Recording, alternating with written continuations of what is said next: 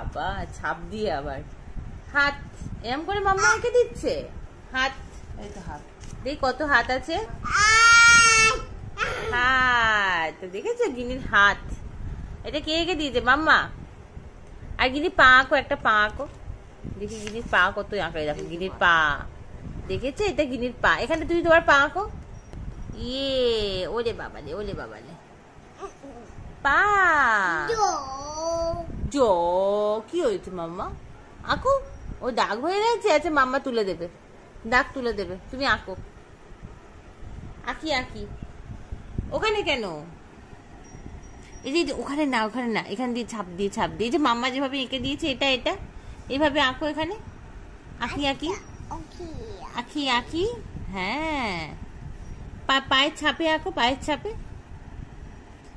এই তো ইয়ে